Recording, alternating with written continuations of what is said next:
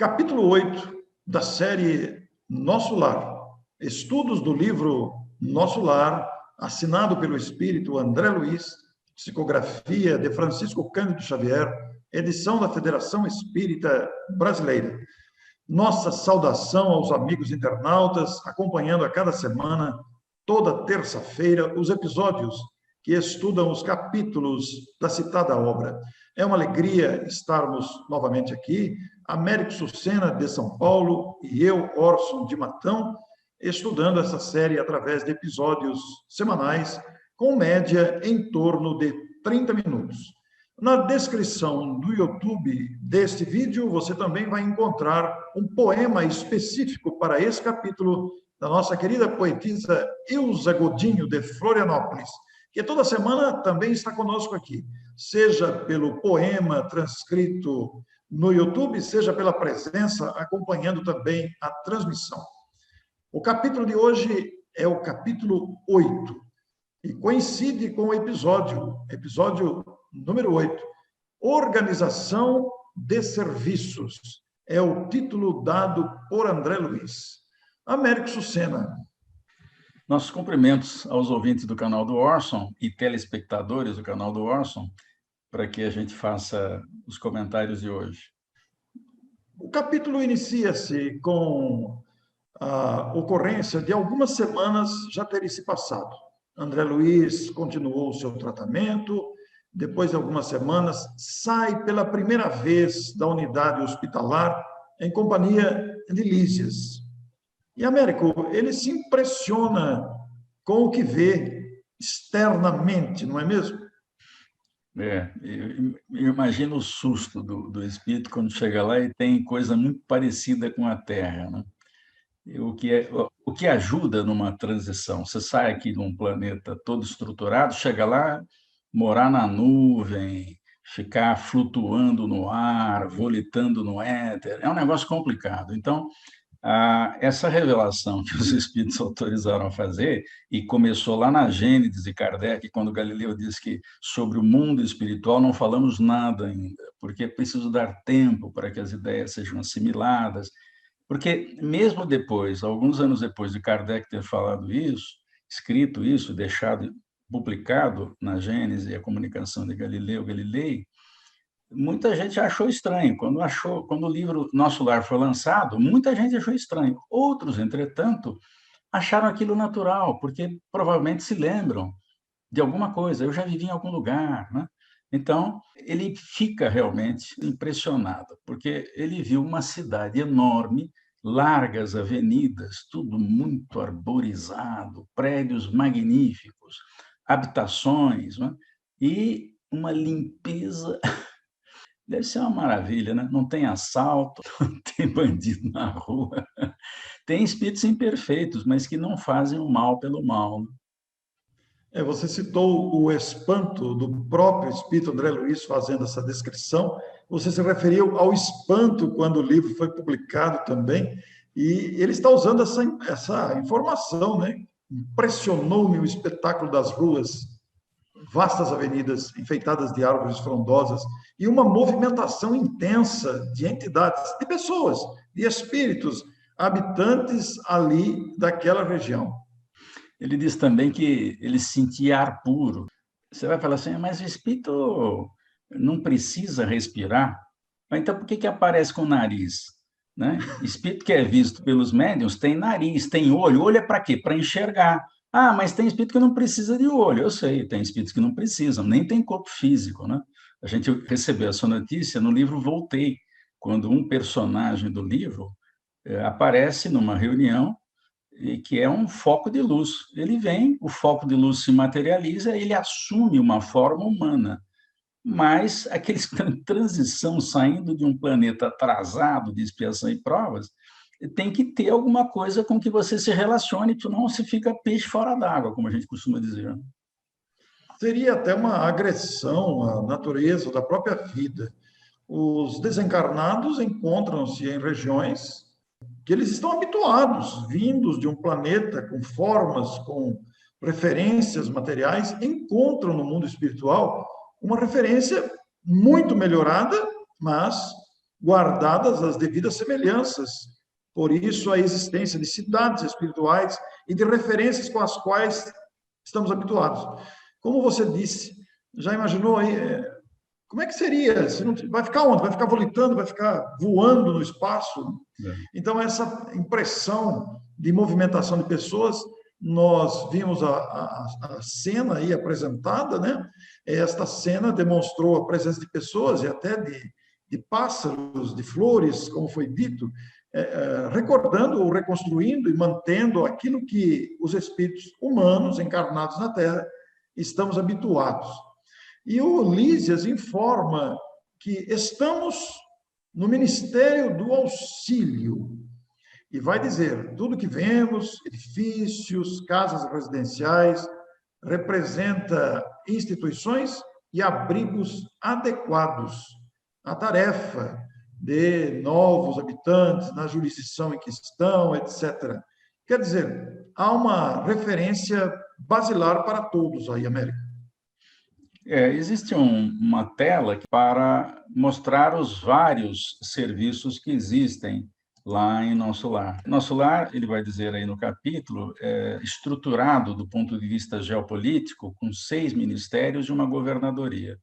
E cada ministério tem uma divisão de serviços. Uma coisa que vai espantar também o André é ver que tem serviço para todo lado. Aquela história que quando a gente chega no funeral, alguém olha assim para o caixão e diz, enfim, descansou. É só nos primeiros tempos. Porque quem quiser continuar fazendo seu progresso tem que trabalhar e muito.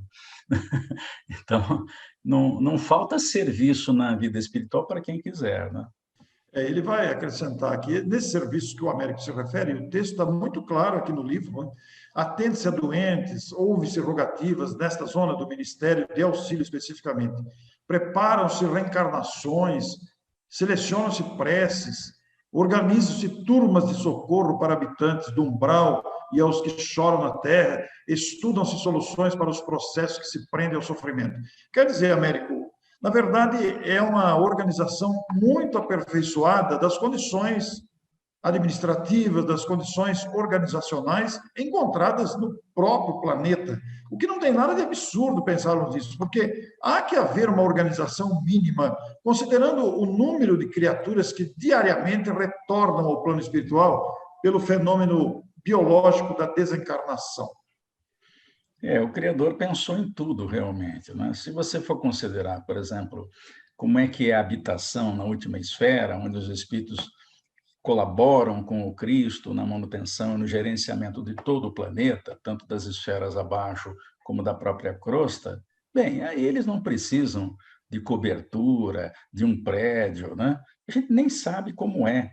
Tanto que a referência ao 5º nível de planetas, né, depois de primitivos, expiação e provas, regeneração e mundos felizes, são mundos que não são físicos. Está escrito lá na obra de Kardec. Por quê? Porque não precisa mais. Você não toma chuva, não pega resfriado, não pega Covid, não tem nada disso mais. Então, mas há uma gradação enorme entre um espírito puro, né, que não tem que não tem influência da matéria, e é co-criador, trabalha em cocriação em plano maior, como diz Emmanuel, no A Caminho da Luz, e aqui nós encarnados no planeta, na crosta, né? Tem uma gradação enorme de estágios evolutivos que a gente não consegue abranger com o nosso entendimento. Esse André fica surpreso em falar, mas um ministério em Nosso Lar, né? O Lísias responde, como não? São distribuições de serviços na nossa organização, justamente para atender a estes recém-chegados ou que aqui habitam, etc. E se referem ainda ao governo, ao governador espiritual, cercado de 72 colaboradores, inclusive recordando-se aquele momento de prece que ele já teve a oportunidade de presenciar. Um governador espiritual central, cercado de 72 colaboradores. E aí afirma, são os ministros de Nosso Lar. É muito interessante, Américo, pensar aí que são alguns ministérios, cada um com 6 ministros cada ministério, né? 12 ministros. 12 ministros, é. São 12 6 ministros. ministérios, isso. Isso. Vezes 12 dá 72. 72. 12 ministros para cada ministério. É uma Leva. turma boa. E é emblemático também esse número 12, que Jesus se utilizou. É o número mínimo para tocar qualquer projeto na Terra, mesmo que seja tocar a evangelização do planeta. Começa com 12 e depois os outros vão chegando, né? Começa assim, depois vieram os 300, né? Depois vieram os 500 da Galileia. Né? Então, o grupo foi se estruturando para isso. Na minha ingenuidade aqui, com 72 ministros, quer dizer, 12 ministros por ministério, você imagina a gama de providências, Américo, o volume de atenção que cada um desses ministérios exige para ser conduzido. Imagine a quantidade de trabalho que há para esses espíritos que estão na coordenação, digamos. Exato, porque eles devem decidir em colegiado, reúne os 12 para decidir algumas coisas. Né? A maioria vence, alguma coisa desse tipo. E se houver algum problema, acho que o voto de Minerva, que se houver um empate de 6-6, o voto do governador decide o que deve ser feito. Mas, certamente, há tanto serviço que eles são obrigados a setorizar. Então, deve ter o subministro, o ministro que cuida de um assunto, o ministro que cuida de outro assunto. O fato é que existe uma referência nesse capítulo, Orson, que o governador sabe o que acontece com todos os habitantes. Ou seja, ele está fazendo o exercício para um dia chegar na posição de um co-criador como Jesus, quando disse: conheço todas as minhas ovelhas. Para chegar a conhecer a quantidade de população flutuante da Terra, e hoje ainda vamos falar sobre isso, precisa ter uma mente treinada para isso, você não consegue. Então, como é que treina? Treina com 1 milhão de habitantes.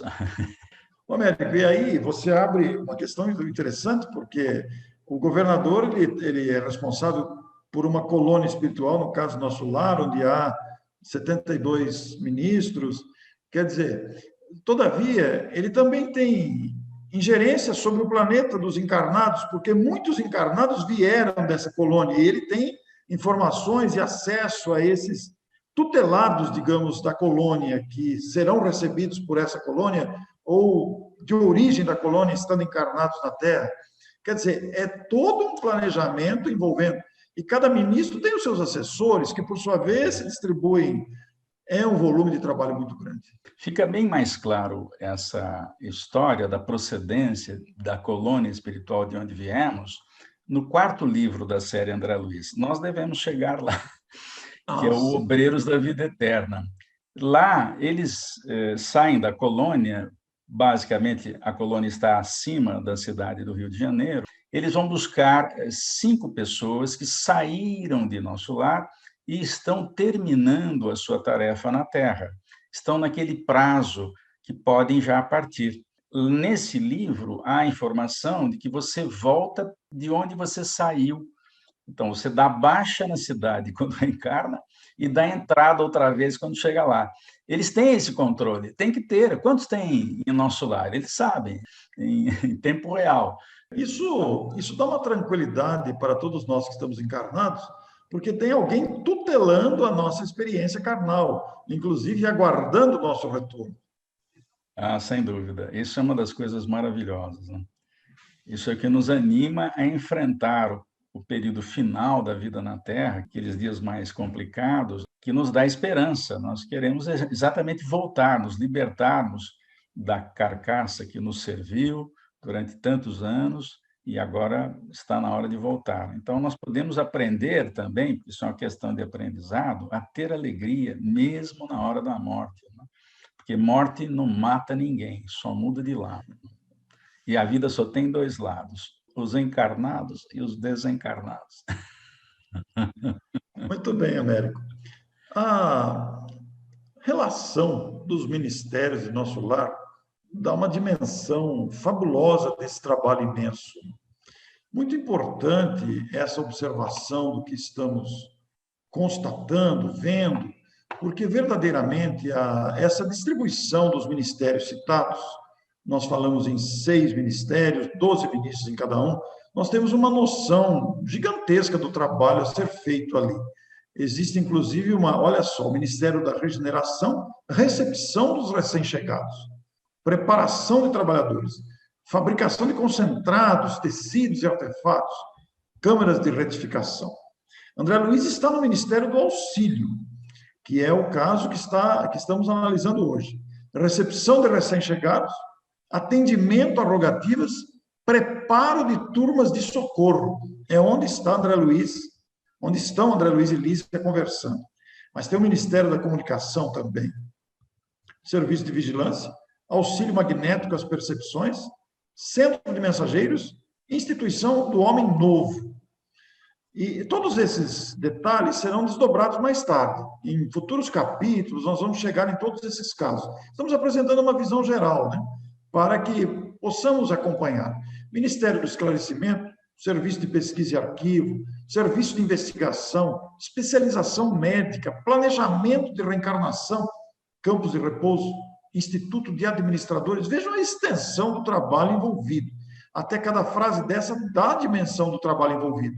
Ministério da Elevação, Campo da Música e, finalmente, Ministério da União Divina, onde estão o Parque das Águas e o Contatos com Esferas Superiores, e além da governadoria que aí está. Américo, Habitação e Alimentação, que é de responsabilidade aí da governadoria, Transporte e Trânsito. Então, Américo, existe nesses ministérios, nessa ligação, alguns que se ligam aos campos mais elevados e outros ligados às regiões inferiores, não é mesmo? Os 4 primeiros que o André cita, regeneração, auxílio, comunicação e esclarecimento, atendem às necessidades de quem está chegando lá e depois vai voltar para a Terra. E na elevação, e na União Divina principalmente, eles atendem, e a conexão é com instâncias superiores, né? É aí que eles fazem reuniões para receber orientação de espíritos que estão acima na hierarquia e que não habitam aquela esfera. Então, a gente percebe que essa tutelagem ela é em todos os níveis. Nós não estamos desamparados. Existe gente amiga, espíritos amigos, queridos dos nossos corações, ajudando as pessoas a suportarem as suas dificuldades e agruras na Terra, quaisquer que sejam. Ajudando as pessoas a desenvolverem o projeto que planejaram fazer na Terra. Nada disso fica sem apoio. É por isso que Jesus vai dizer, vigiai e orai, que a gente traduzindo, já falamos isso em programa anterior, significa, nos termos de hoje, se liga e mantém a conexão, porque não vai tocar o telefone do além aqui ainda na Terra. A sintonia é pela inspiração, através das ideias, das ideações dos bons espíritos. E o Lísias vai revelar para André Luiz, né, após dizer que os serviços mais grosseiros localizam-se no Ministério da Regeneração e os mais sublimes no da União Divina, que o Clarencio, aquele que buscou André e que André chamou do velhinho simpático, é um dos ministros do auxílio. Olha que interessante ver essa informação aqui dentro do texto. Ele é um dos ministros. O André fica espantado. Nunca imaginei a possibilidade de organizações tão completas depois da morte.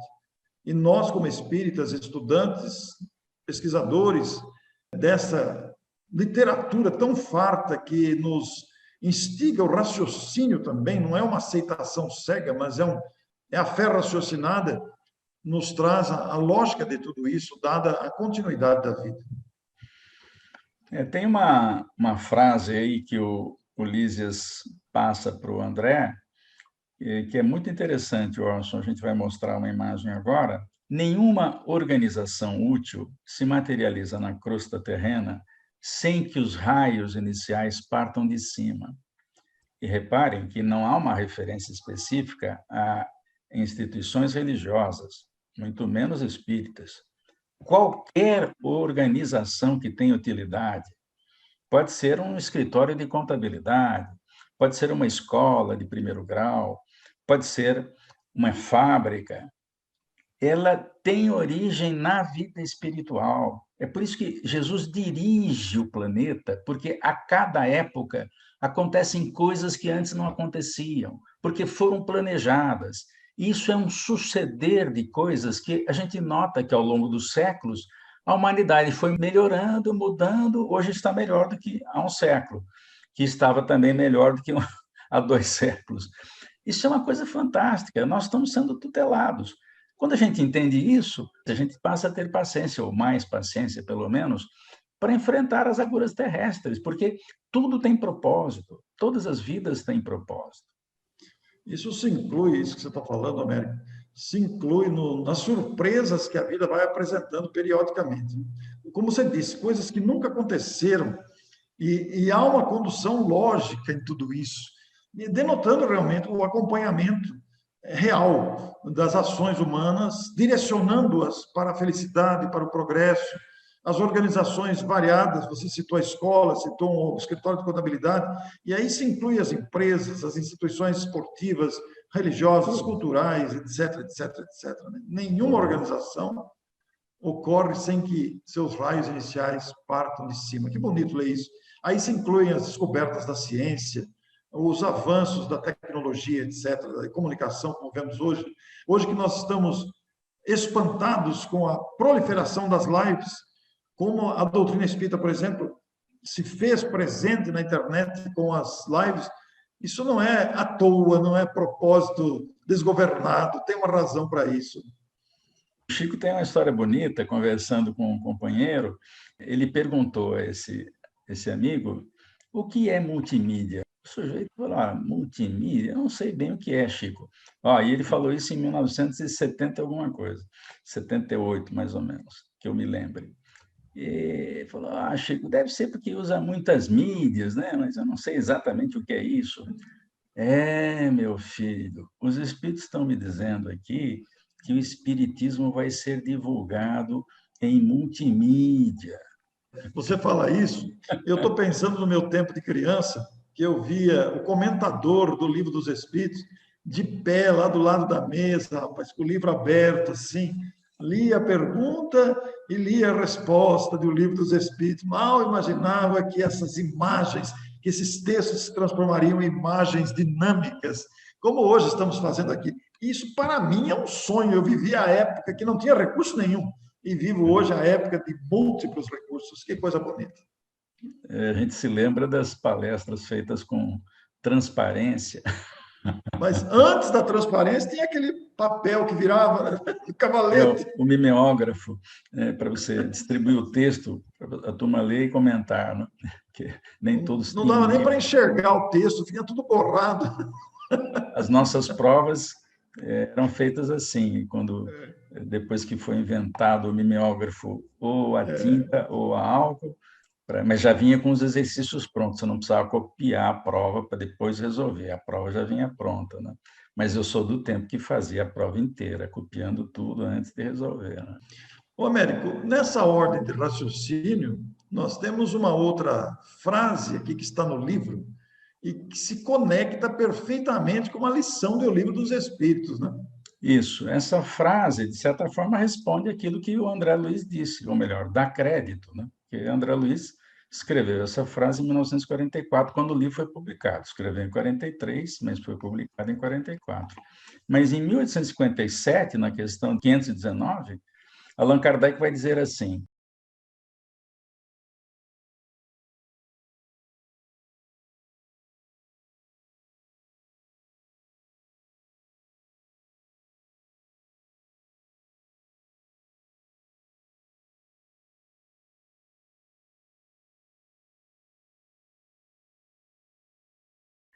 podem até desviar da direção superior. Isso é uma prerrogativa dos homens, fazer o que é adequado ou não.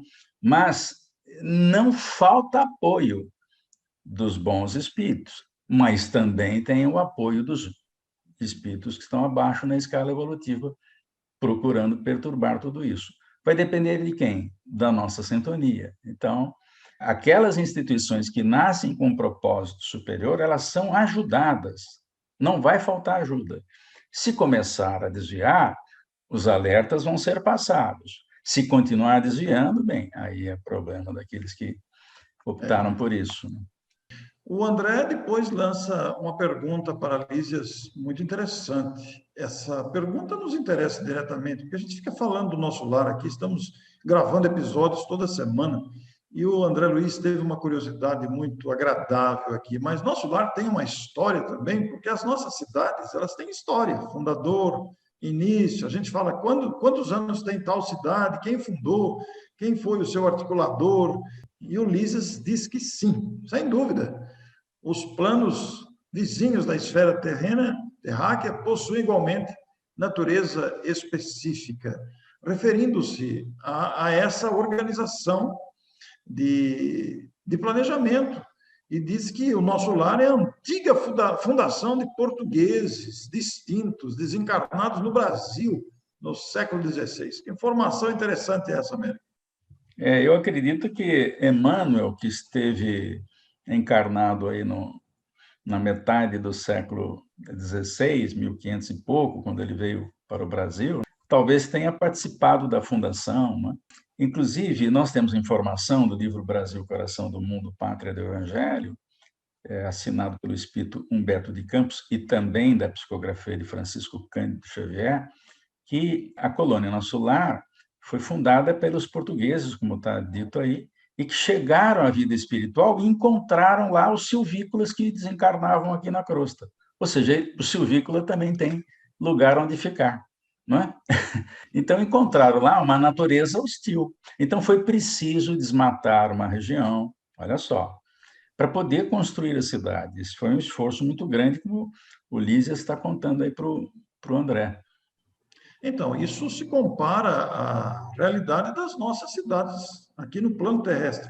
Se uma cidade for se iniciar, digamos, agora, é que hoje nós temos maquinário adequado para preparar o terreno, mas imagine no início das nossas cidades, em pleno matagal, terrenos irregulares, os primeiros fundadores enfrentaram todas essas dificuldades, inclusive a questão de esgoto, de água, toda essa questão. Quer dizer, é todo um trabalho que também acontece no mundo espiritual, onde fluidicamente também existem regiões mais grosseiras, digamos assim.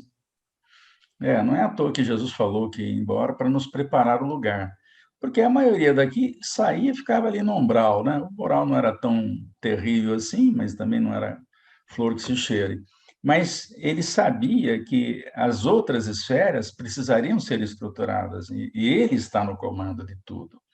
Por isso que a Gênese de Kardec tem aquela frasezinha do Galileu: o mundo espiritual também é uma criação. Não falamos nada ainda, mas também é uma criação. Ou seja, os co-criadores tiveram que fazer as esferas espirituais para graduar a densidade do espírito que desencarna. Muito legal. A gente vai para a esfera correspondente ao peso específico do perispírito. Não adianta eu chegar lá, escuta, dá para eu subir mais acima na escala para morar na esfera seguinte? Lamento, seu Américo, o senhor vai ficar onde o seu peso específico encontra chão firme para pisar. E céu livre para ver as estrelas. Isso é um negócio fantástico, né? Em qualquer esfera que você esteja, elas se interpenetram, mas você tem chão firme para pisar e um céu aberto para ver as estrelas. Isso está bem claro no livro Cidade no Além, que é parceria dos desenhos da Igorina Cunha e da psicografia de Chico Xavier, com a colaboração do Espírito Lúcio e do próprio André Luiz. Maravilha, Américo. Inclusive, o texto aqui na sequência vai dizer das dificuldades que os fundadores tiveram para elaboração e construção da cidade, todo o processo, mas eles não desanimaram. Eles copiaram o esforço dos europeus e chegaram a essa realidade de construção de nosso lar. E vai dizer depois, mais adiante, que nos trabalhos administrativos dessa cidade, que tem a sua própria história, há uma colaboração de 3.000 funcionários. Olha só.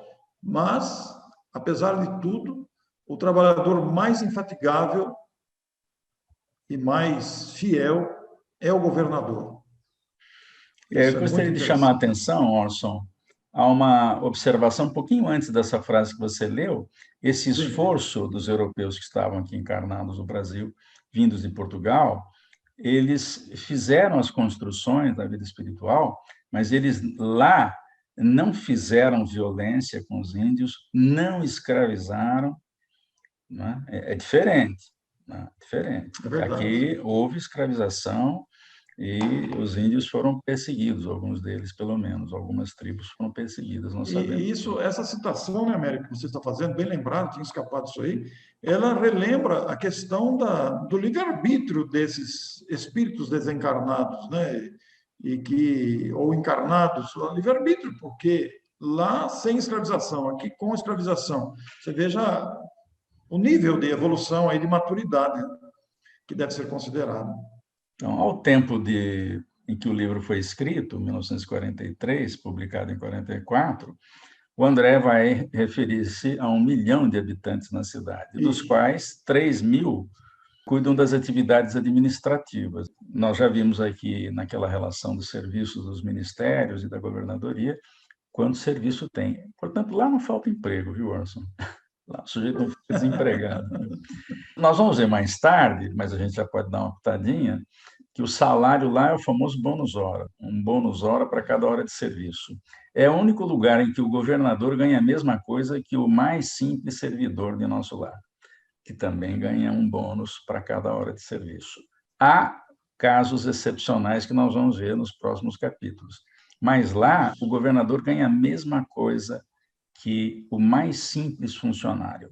Por exemplo, uma pessoa que cuida da segurança nas entradas dos portões de nosso lar, que não deixam entrar qualquer um. Então, aquele funcionário simples e humilde ganha a mesma coisa que o governador. Pergunto, quem que ganha a mesma coisa que o governador aqui na Terra? Não tem. Isso está nos dizendo que lá na frente, no progresso humano, nós não vamos ter diferenças. Mas em planeta expiação e provas não tem como. Não tem como, porque nós não aprendemos isso, nós não sabemos repartir, é simples assim. O dia que aprendermos, todo mundo ganha a mesma coisa, ninguém fica sem emprego, fica todo mundo feliz, só que nós temos que conquistar isso. Ninguém reclama, né? Aqui na Terra tem muita reclamação para tudo, né? Querem tirar vantagem do outro, é aquela velha questão oriunda do egoísmo, que não está presente, por exemplo, no espírito da categoria de um governador aí, que é o que mais trabalha.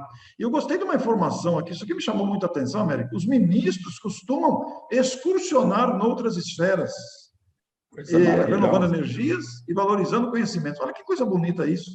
Então, vai visitar outras esferas para saber como lá eles se organizam, para Isso. aperfeiçoar as organizações onde eles trabalham.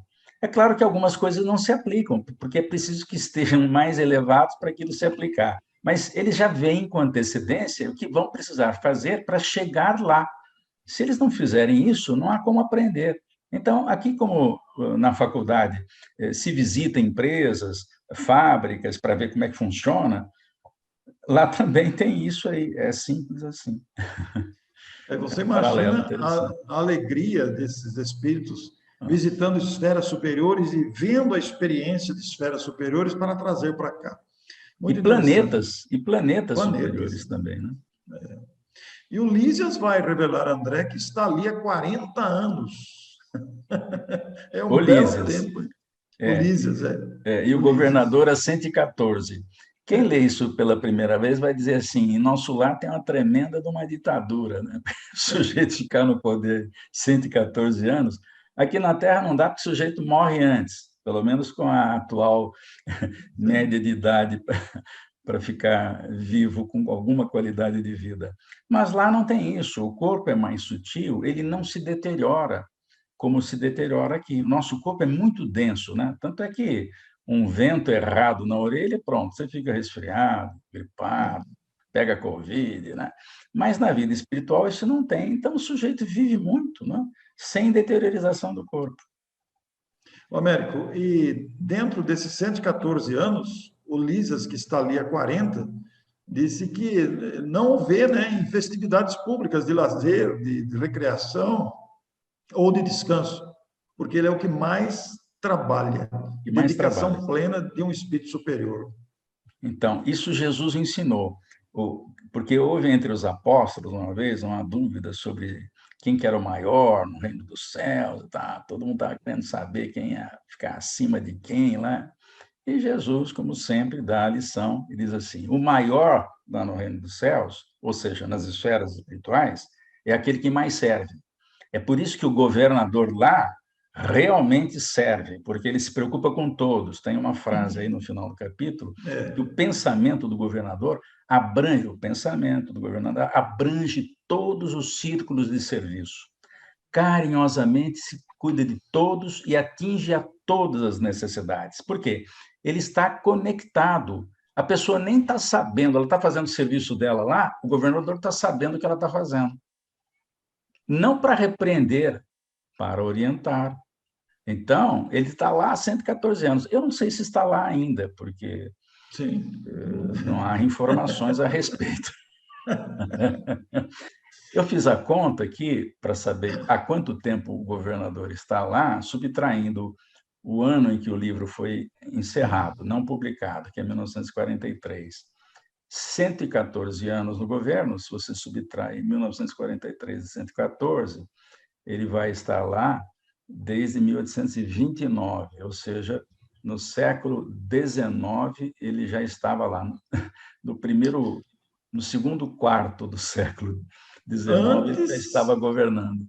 antes do lançamento do Livro dos Espíritos no planeta. O codificador já estava encarnado, não tinha nem É, espiritismo ainda, e ele já estava exatamente. governando o nosso lar, né? Muito interessante isso. Muito bem, Américo. Américo, nós encerramos o capítulo aqui, mas você tem um quadro interessante para mostrar para a gente, um quadro comparativo, baseado numa informação de Emmanuel, que está no livro Entender Conversando.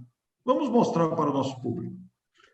Esse livro ele foi lançado no ano de 1983, é o 242º livro da psicografia de Francisco Cândido Xavier, e tem esse título que você se referiu. É assinado pelo Espírito Emmanuel e publicado pelo Instituto de Difusão Espírita de Araras, que você conhece muito bem. Esse livro é um livro de perguntas que foram feitos por companheiros, amigos de Chico Xavier. Ele aceitou receber essas questões, claro que elas foram organizadas por assunto, e lá, em determinado instante, como nós falamos da população de nosso lar, alguém faz uma pergunta interessante. Ele diz assim: como se pode explicar que o mundo tivesse, no ano de 1500, vamos supor, 500 milhões de habitantes, e agora, no limiar do ano 2000, estarmos aqui na Terra com uma população em torno de 4 bilhões de pessoas? Ou seja, de onde saíram esses 3 bilhões e 500 milhões para se somar aos 500 que tinham lá no ano de 1500? A resposta do Emmanuel diz assim: o próprio Jesus disse: a casa de meu pai tem muitas moradas. Então, se nós limitarmos a nossa visão a apenas uma unidade física, estaremos limitados em nossos raciocínios. Mas ocorre que a região chamada crosta é cercada de várias áreas habitadas por inteligências junto das quais ainda não temos o acesso preciso. Nós acreditamos, juntamente com os amigos espirituais, que a população flutuante da Terra vai para mais de 20 bilhões. Isto só a população desencarnada, escreveu Emmanuel por Chico Xavier.